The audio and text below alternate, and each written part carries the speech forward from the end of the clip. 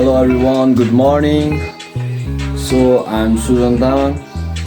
So today is day 2 of 90-day challenge. So आज चाहिँ सधैँ चाहिँ रेडी भइसक्यो कलेजको लागि. अब कलेजको लागि ड्रेस लगाइसक्यो. अब चाहिँ कलेज जानुपर्ने हुन्छ. सो आज चाहिँ हिजो चाहिँ मेरो काम छुट्टी थियो. आज चाहिँ खासै काम पनि छुट्टी छैन. त्यो काम पनि जानुपर्ने हुन्छ. आज चाहिँ अलि गाह्रै हुनेवाला छ. सो अन्तिमसम्म भएकोमा साथ दिनु होला. Thank you. हेलो गाइज, आज चाहिँ म अहिले चाहिँ कामबाट छुट्टी भएर त्यही 9:17तिर के कतितिर 9:17तिर कामबाट छुट्टी भएर कामबाट निस्केर म चाहिँ अहिले कति जोरपाटी ओह्रालोतिर आइपुगिसक्यो होइन. सो अघि चाहिँ पुरै भिडियो बनाइरहेको थिएँ तर स्टोरेज फुल भएर सबै आफै उडेछ क्या. झन् म चाहिँ भिडियो बनाइरहेको थिएँ आफै उडेछ त्यो स्टोरेज फुल भएर. अब मोबाइलको क्यापेसिटी पनि खासै राम्रो छैन क्या.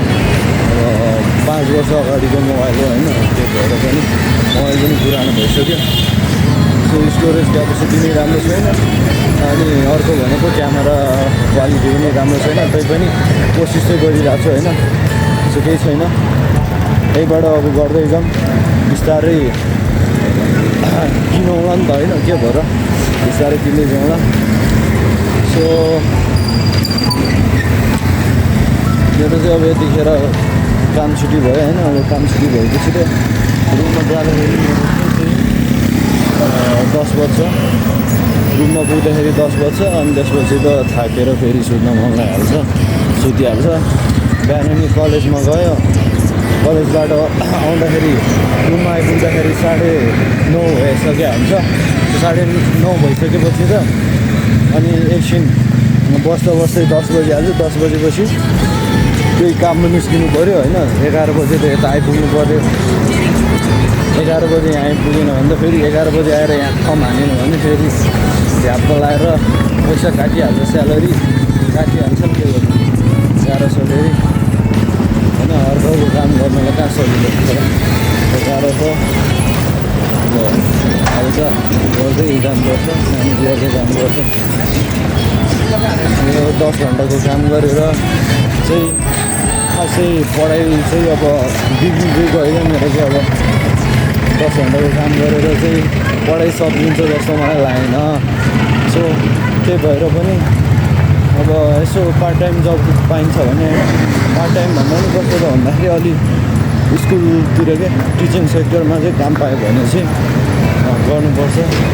त्यहाँ चाहिँ अब 6 घन्टा काम गऱ्यो भने त भइहाल्यो होइन. 6 घन्टाको त्यही 10 बजीदेखि 4 बजीसम्मको हुन्छ. सो 6 घन्टा काम गर्छ. अनि त्यही भएर 6 घन्टा काम गरेर अरू त त्यही 2-3 घन्टा अथवा 4 घन्टा जति चाहिँ अब आफ्नो के भन्छ सब्जेक्टहरूलाई, आफ्नो जुन पढाइलाई चाहिँ फोकस गर्न पायो भने चाहिँ अलि हुन्छ होला भनेर लागिरहेको छ मनमा चाहिँ होइन. सो त्यही भएर कसैसँग चाहिँ जब अपर्च्युनिटीहरू छ, भ्याकेन्सीहरू थाहा छ भने चाहिँ प्लिज इन्फर्म गर्नु होला गाइज है, कमेन्ट गर्नु होला. So I am ready to grab this opportunity होइन. सो किनभने 10 घन्टाको यो हस्पिटालिटी सेक्टरमा चाहिँ के हुँदो रहेछ भन्दाखेरि गाह्रो के लास्ट. अब 10 घन्टाको काम गर्नु पऱ्यो होइन. अब 10 घन्टाको काम नगऱ्यो भने अब स्यालेरी चाहिँ अब लास्टै थोरै कि. अब जम्मा हाम्रो चाहिँ नेपालमा मान्छे अब स्टुडेन्टहरू अथवा मान्छेहरू चाहिँ विदेश जानुको कारण चाहिँ के रहेछ भन्दाखेरि लास्टै थोरै आम्दानी होइन. इन्कमै छैन कि. अब नोकरी इन्कम चाहिँ अब कहाँबाट ल्याउनु त. खाना बस्न काम गरेर 10 घन्टा काम गरेर आफूलाई खाना बस्नलाई पनि यो काठमाडौँ एरियामा चाहिँ धौधौ भइसकेपछि युवाहरू कहाँ बस्छ त नेपालमा त्यसरी होइन. बस्छ त बस्दैन, अभियसली बस्दैन. सो 10 घन्टा काम गऱ्यो मरिमेटी, स्यालेरी आउँछ त्यही 10-12 हजार 15 हजार. के भने आफूसँग त्यो प्रपर स्किल हुनु पऱ्यो।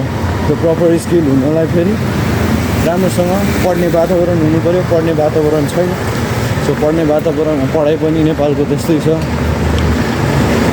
सो अब धनीमानीको अब के अरे अलि ठुलो हुने खाने मान्छेहरूको त ठिकै छ, उनीहरूको त अब पढाइमा ध्यान दिन्छ। पढाइमा के अरे अब अरू काम गर्नु पर्दैन होइन। अब हामी त मिडल क्लास फ्यामिली हो। अब सधैँभरि घरले मात्रै कलेज यता घरमा पनि खर्च हेर्नुपर्ने हुन्छ होइन। हामी झन् अब कस्तो त भन्दाखेरि मिडल क्लास फ्यामिलीको चाहिँ गाउँमा अब झन् कस्तो पुरै बे छेउर के भन्छ होइन। अब हाम्रो तामाङहरूको त झन् बेमा हिँड्नु पऱ्यो, छेउमा यता मामा माइजू के भन्ने ठाउँमा होइन, यता उता हिँड्नुपर्छ। सो त्यताको खर्च पनि हेर्नु पऱ्यो। अनि छोराछोरीको पढाइको लागि पनि हेर्नु पऱ्यो। सो त्यसरी चाहिँ अब हेर्दाखेरि फ्यामिलीले मात्रै त हेर्न सकिँदैन। सो त्यही भएर चाहिँ अब आफै पढ्ने, आफैले काम गऱ्यो भने, अलिअलि जब गऱ्यो भने हल्का भए पनि फ्यामिलीलाई के अरे त्यो सपोर्ट हुन्छ भनेर काम गरेको होइन। सो गर्नु पनि पर्छ। सो अब हाई फ्यामिलीको अब हायर स्ट्यान्डर्ड फ्यामिलीको भएको त्यो त अब पैसाको केही चिन्ता छैन, पढाइमा ध्यान दिन पाइन्छ भन्नु होइन। हामी त पुरै त्यसरी काम पनि गर्नु पऱ्यो, अर्काको काम गरेर पढ्नलाई चाहिँ गाह्रै छ। अनि अहिले चाहिँ म यता चामुण्डा स्कुल छेउमा आइपुगिसकेँ, नारायणटारमा होइन। नारायणटारको चामुण्डा स्कुल छेउमा आइपुग्छ। सो अब चाहिँ अलिकति पर छ साथीको रुम, त्यही साथी बस्ने घरमै त्यो पार्किङ गरेर राखेको बाइक चाहिँ त्यहाँबाट अब चाहिँ बाइकमा जानुपर्ने हुन्छ। उता पनि लास्टै पोलिसक्यो। अब केही छैन, यस्तो कुराहरू भइरहेको छ होइन। सो यस्तो पुरै के भन्छ गुनासो जस्तो कुराहरू त भइरहेको छ। सो केही छैन, लाइफ इज ए स्ट्रगल क्या होइन। स्ट्रगल गर्दै जाने हो, केही छैन होइन। हार मान्नु भएन, स्ट्रगल गर्दै जाने हो। पक्कै पनि एक दिन त सफल भइन्छ होइन। सो त्यही भएर आफ्नो काममा फोकस गर्नु होला। आफूलाई चाहिँ अघिल्लो दिनभन्दा आजको दिनमा चाहिँ अलिक इम्प्रुभ गर्न खोज्नु होला। सो त्यही भन्दै सो गाइस अर्को नेक्स्ट भिडियोमा भेटौँ होला। बाई।